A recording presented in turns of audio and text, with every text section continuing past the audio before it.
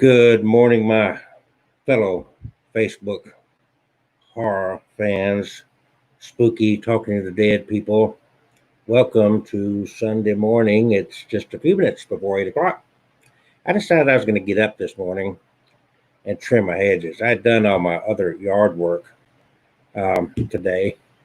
And so we got all kind of bushes around the house. I hadn't trimmed them. We had a lot of rain, this, that, and the other. In a few weeks' time, they got raggedy.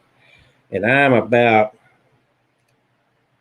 maybe way through, and I get bit by a freaking wasp. Can't see it, but man, I tell you what, that thing bit me quick, and I jumped. I've got electric hedge trimmers, and so I jerked, and then in the jerk, because that thing just bam bit me like that, and I sliced the cord, my extension cord.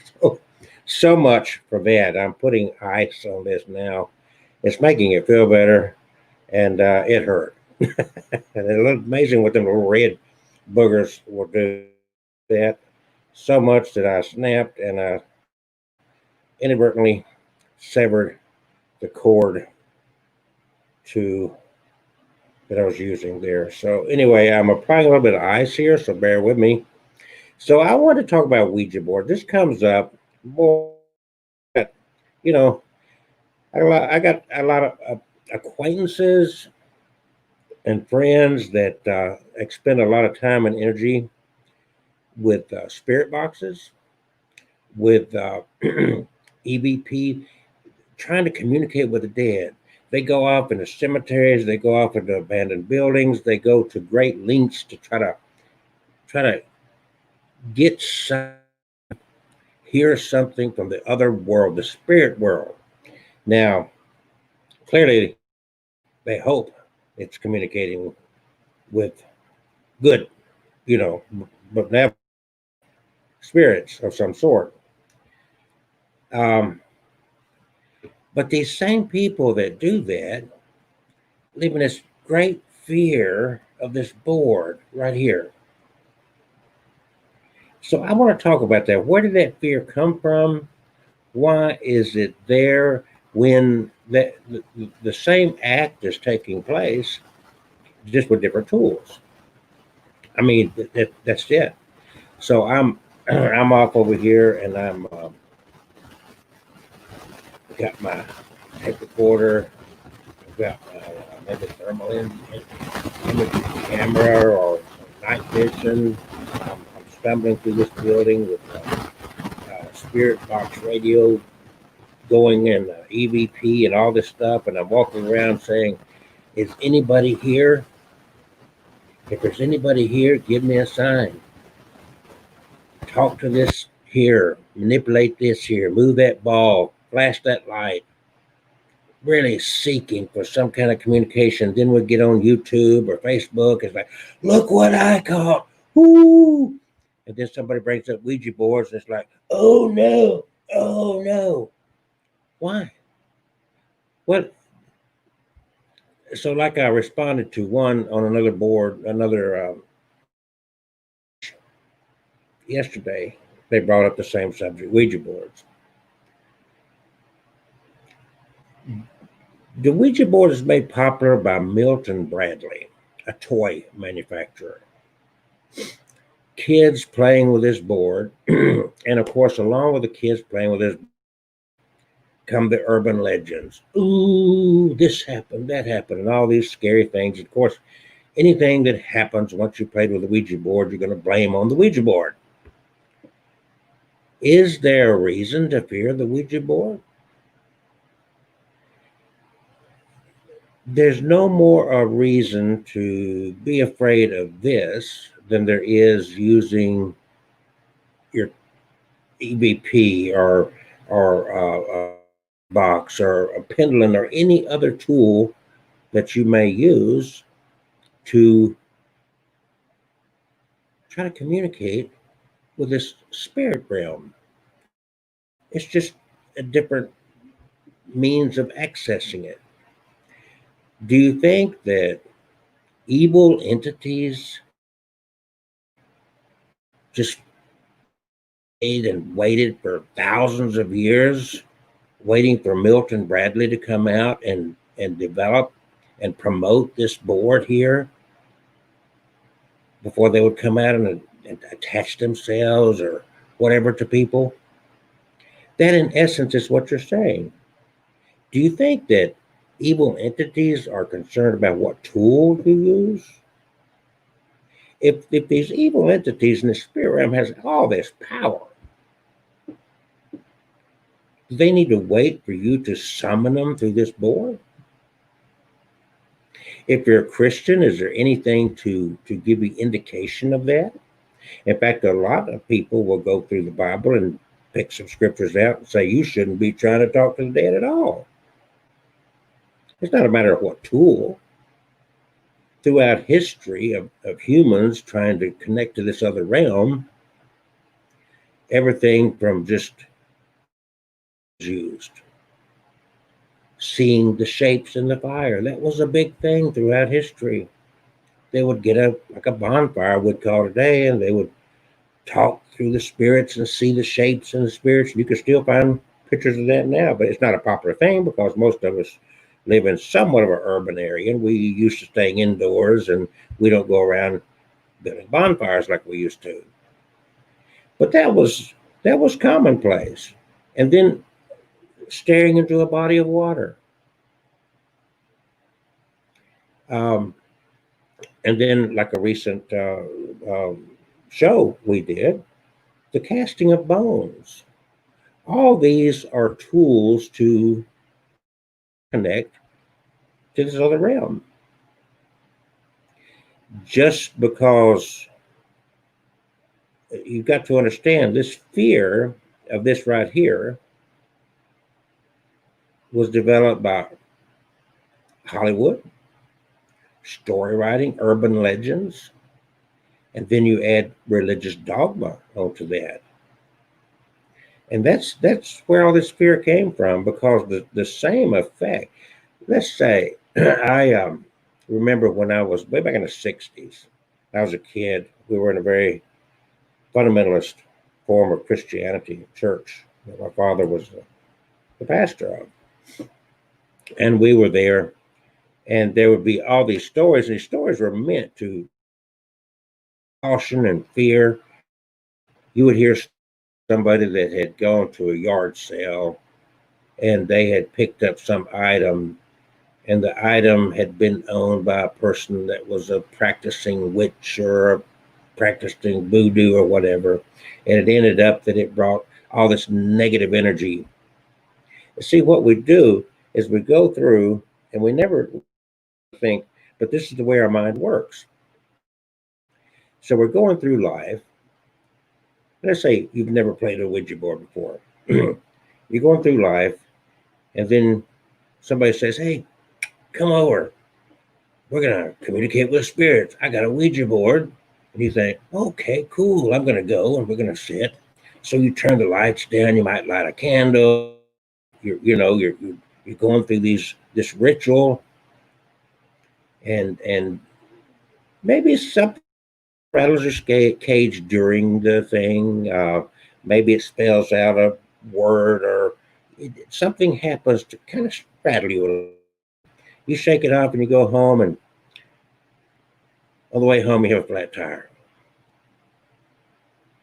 On the way home you have an accident. The next day you have an accident. I've had an instance where somebody said that 2 days or whatever, or within 24 hours of something happening, that their house burned down. And nobody ever stops to think and say, well, I wonder if that event of the flat tire, the house burning, whatever, would have happened regardless of whether I'd played the Ouija board or not. We're looking for a reason for something to happen. Maybe the flat tire went flat because you ran over a freaking screw. Or maybe the flat tire went flat because you had worn it threadbare and were procrastinating getting a new tire. But when you've got this there that you can blame it on, that's sexier. That's a lot more powerful, isn't it? It's like instead of saying, "Oh boy, I knew I should have replaced that tire." 2 weeks ago it was losing air, and I put some of that flat fix in it. I knew when I got my next check I should have fixed that tire. But instead of doing that, see, this gives us something to blame it on. Ooh, ooh, yes. We Ouija board. I knew something didn't feel right. You see what I'm saying? So you get online, you read all these stories, you hear all these stories, you watch these Hollywood movies, and from the realm of the spirit world, think about it. Do the entities really care what tool you're using? Does it matter to them whether it's like spirits, if you're around, flash this light on and off? You're either way, you're providing some tool that you think is going to make a difference, some visual thing that you can say, wow, I asked the spirits to do this and the spirits did it.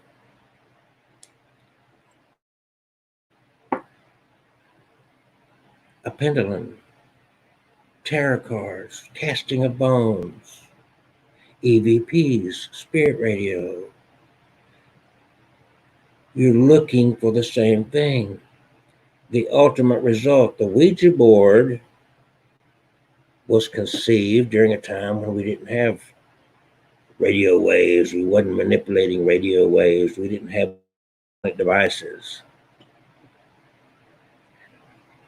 So it was like, let's put these letters on a board. It's just like the two girls long time ago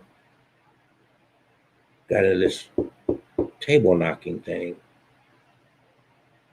And then they went through the session of ectoplasm. And there were people that really bought that. You look at the pictures of this now and you think, my God, how can anybody buy this crap?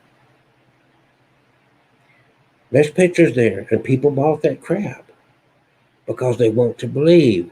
And unfortunately, our desire to believe can be so strong that we lose our ability to become critical and to really think about what's going on.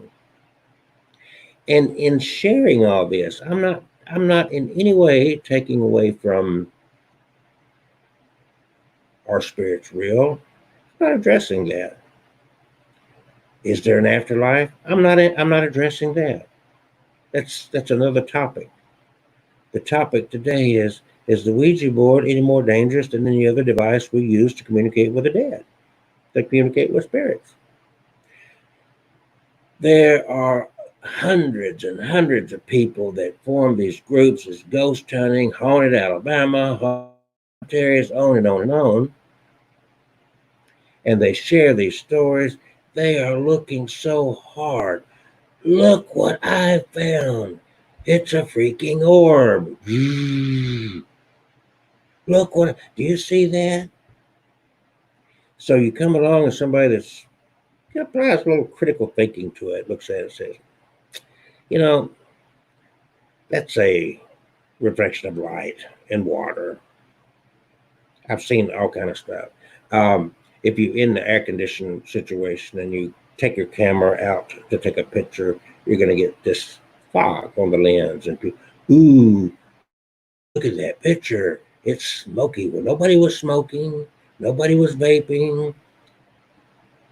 Want so hard to find that something. This is where it all falls apart. We look for shapes. My God, how many times have I seen throughout my life Jesus' face appeared on toast, appeared on a window, appeared on a door, appeared on here, and nobody stops and says, wait a minute, we don't even know what Jesus looked like. We don't have a clue what Jesus looked. We have this image that was presented to us by Michelangelo, and he never saw Jesus. If you pick up the Bible, there's no physical description of Jesus. All these things we have of Jesus were planted into our heads by some artist that never saw Jesus either, and had no basis for designing that Jesus Jesus swore his beard looked like that, his nose. How do you don't know? So you make these assumptions. Ooh, that look on the wall, that shadow. It looks like Jesus or Mary. No physical description ever given.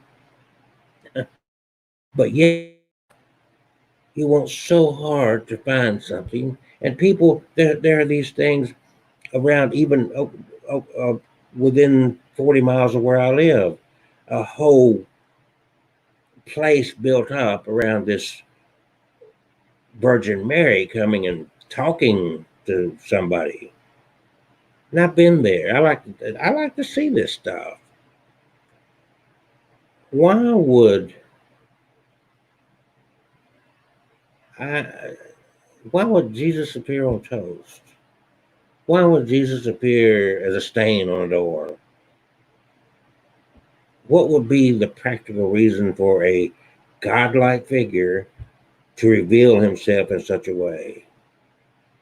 Questionable way, to say the least. Oh, you just got to have faith. Well, first of all, it'd be nice if I knew what, it's like the FBI putting out a most wanted for an individual. It's like, we're looking for expert here. He's wanted for whatever. We have no physical description, no way of knowing what he looks like, but our artists are going to just kind of throw something together. That's what you're saying with these Jesus figures. And nobody thinks about that. And that's not even me. I'm not even suggesting in this talk we're having now that Jesus didn't exist. That's not the point. That's not the point at all. The point is like near death experience. Oh, yes, I saw the light. I went over there. I saw Jesus. I talked to Jesus, and Jesus said, not your time yet. Go back. You got more to do. Get down there. I've got 2 or 3 problems with that. Number one, hey, you saw Jesus. Just because I walk up and says, I'm Jesus. If there's a guy in Australia that says he's Jesus, he's got a following, you know what? People scoff him and call him a cult. But you go through this near death experience. But wait a minute, near death? You're either dead or you're not dead. If you didn't really die, you're just near death and you never really died. The terminology is kind of throws it off anyway. But the bottom line is that wanting is this, it comes down to my view of the whole thing is it comes down to a number one, a cultural thing that no thought is applied. It comes down to it's just what I want to believe, and that's fine. It's just what you want to believe. And if you believe it, why do you need to go through all these rituals to keep trying to prove what it's just what you already believe? That's certainly not a scientific approach. You're not anybody's critical thinking is not going to go around to saying, well, hey, he said he saw it, so I guess I believe it. I mean, are you that easily persuaded because it says, I swear, I saw this figure. You seen that picture of Jesus on the wall up there on the crucifixion in the Catholic Church? That's what I saw.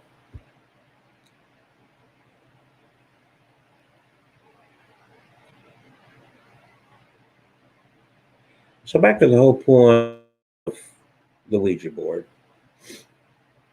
I've had a Ouija board for decades of my life. I pulled them out. I played with them. They've never worked. It's the pochette moving. It's a board with letters on it. Milton Bradley in my closet right over here. I've had it. Oh, I can't remember a time in my adult life to where I didn't have something like that laying around my house. I've had positive things happen in my life. I've had negative things happen in my life. Everything that can happen to you has happened to me. I've had flat tires. I've had motors go bad. I've had great money come to me. Just all kind of things. I don't sit there and everything that happens to me, I don't say, ooh, that bad thing happened because I played with a Ouija board 3 years ago and kept it in my closet. Come on. Something good happens. I just prayed God blessed me. Really? It's usually because, oh, I posted something on Marketplace and somebody said, I won't. I don't go for this somehow the other I'm special. Because that's in essence is what we're saying with all this stuff. I'm special. I have this special connection. I have this special relationship with God that you don't have. Oh, you could have it, but for some reason you don't have it. That's between you and God. My mother was sick. She had bad cancer. We prayed. Your mother had cancer. Y'all prayed. Mother died. Deal with reality. And it doesn't take away with the belief that there is another realm of whatever out there. It doesn't. But you're never going to find the answers that you're really looking for if you go in closed minded, what you are doing. You're going closed minded because you have this preconceived notion of what you're looking for. That doesn't lead to genuine answers. And having an open mind does not mean that that means that I could be wrong. That means that I could have been told wrong.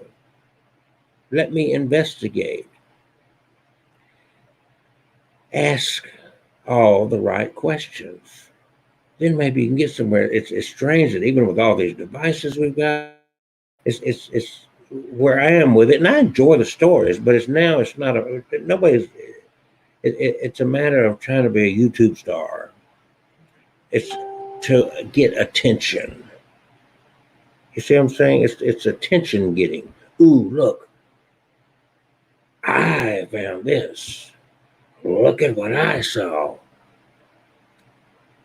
So that's kind of where all this ends up. And you can investigate and you might get a connection, but you've got to apply some thought to what you're saying. The Ouija board is just another tool. At the end of the day, it all happens right here. Every bit of it right here. No tools are needed. And the hype around the Ouija board, the fear around the Ouija board, all it has done is increase the sales of the Ouija board. Before Toys R Us, that was the number one place you could locally go to get a Ouija board. Toys R Us. Sold at a toy store. If it had that kind of evil attachment to it, Toys R Us would have been sued or taken it off their shelves, maybe, you think? You can have this Ouija board at 8 years of age. That's what it said on the thing. It's what it said Milton Bradley.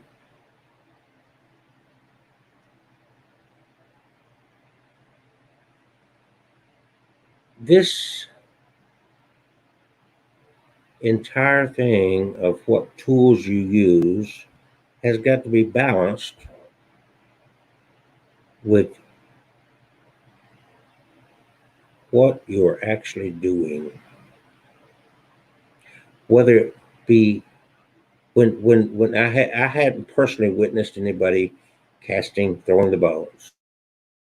So I was introduced to this lady. She was on my show 2 Tuesday nights ago, and she did the casting of the bones for 2 or 3 people on the show. Not for me, but 2 or 3 people that I know and I can relate to for the most part.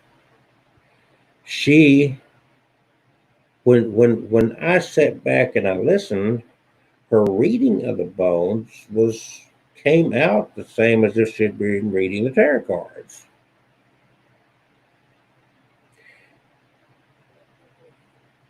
The tool didn't make a difference in the reading. It was what this individual felt comfortable with versus what this other individual was trained for. It's like, ooh, I like the tarot cards. Ooh, I like casting of bones. Ooh, I like the pendulum. Ooh, I like the Ouija board. That's what it amounts to, because those just are the setting.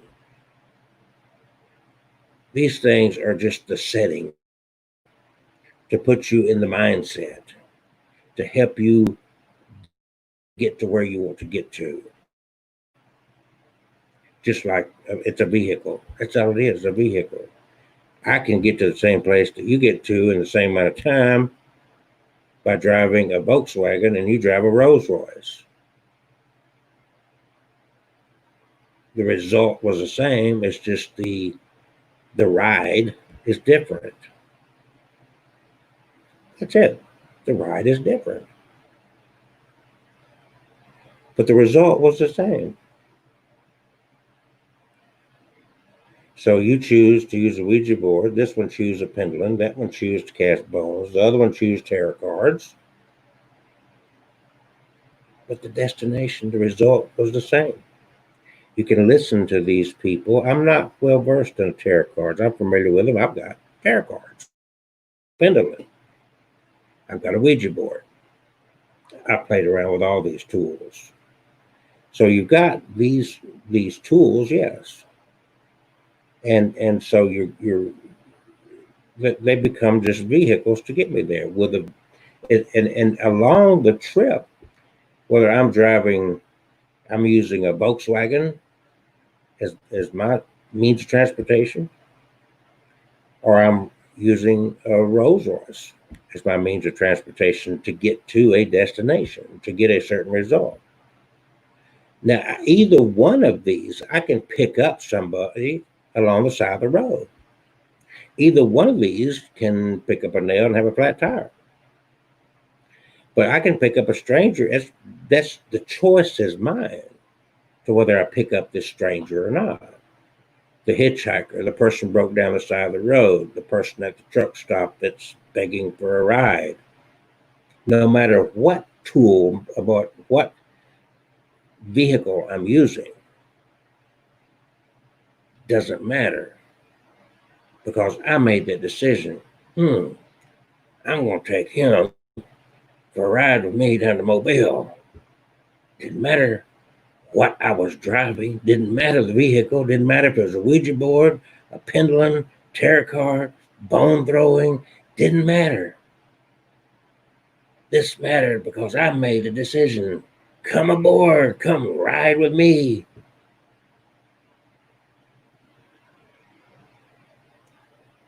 The fear is the number one thing that's going to get you, because any negative out there, even in the physical world,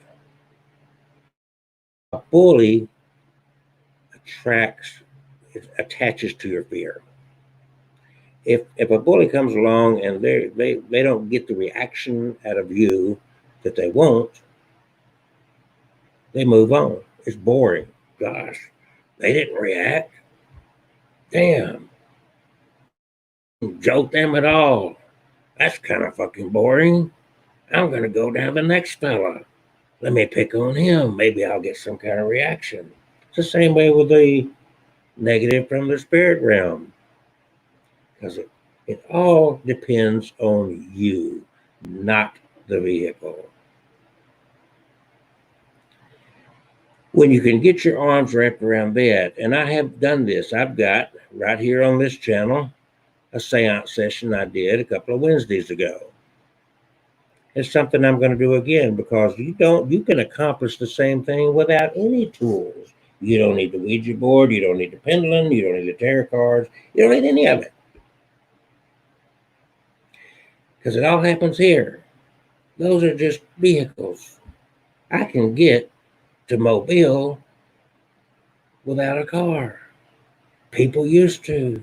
Some walked, some rode a horse, some rode in a carriage, some have taken a train, some have flown. All these different vehicles. Got there. The result was the same. It was just the vehicle they took that got them there. In each case, there could be positive or negative things picked up along the way. You can step on a nail. Your horse can hurt his leg. You can run over a nail. You can have an instant no matter what vehicle you use. You can have a negative outcome no matter what vehicle you use. On your trip to Mobile, no matter if you walked, no matter if you rode a horse, no matter which one you chose to go with, you could end up with something negative, you could end up with something positive. The reality was, then the vehicle didn't attract it. If you got an attachment of something negative because of your ride, it was you that chose to pick up that attachment. Ooh, getting gas at the Flying J. Up walks this scruffy looking character. Hey, bud, are you going south? Yeah, I'm going south. Why? I need a ride real bad. My grandma's sick and I gotta get to Mobile. I ain't got no money, ain't got no car. Can I please ride with you? That's your decision. Had nothing to do with the vehicle. Had nothing to do if you were in a Cadillac, a Volkswagen, a Chevrolet, a Toyota. Didn't matter because the vehicle mattered. So there you go, folks. There's my response to Ouija board. Shouldn't be afraid of Ouija boards. Remember, the portal is right here. It's not a device. No matter what you think, those are just vehicles. End of the day, it's your choice. Did you check to make sure your tires were good? Did you check your oil? Did you prepare for your trip? And then the choices you make along that journey. Ouija board, tarot cards, casting bones, or walking along with a recorder. Speak into this. If you're out there, speak into this. It's the same thing. The outcome is the same. You're looking for the same thing. You're looking for the same result. Ooh, I felt it. I see it. I smelled it. Whatever. You're looking for proof. Let's be honest. Be safe. The big bear out there right now is called coronavirus, COVID-19. It's not a joke. It's not a joke. If you think it's a joke, you are sadly mistaken. Things are getting really, really bad shape in our country because we have really approached this in a very horrible way. Possibility that we're going to go into another lockdown. The CDC predicted a couple of months ago that if we didn't do things right, that we're going to have the most horrific winter they've experienced in your life because of cold weather, but because of this disease, this virus. And then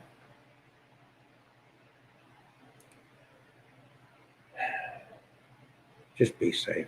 Wear a mask. I'm saying in my privacy of my own home. I communicate this way most of the time. I really limit my activities outside the house as far as out in public. And when I do, I wear a mask. I don't want to get sick. I don't want you to get sick. I don't want anybody else to die from it. I want to be on the side of preventing. I want to be able to sleep knowing I did the right thing.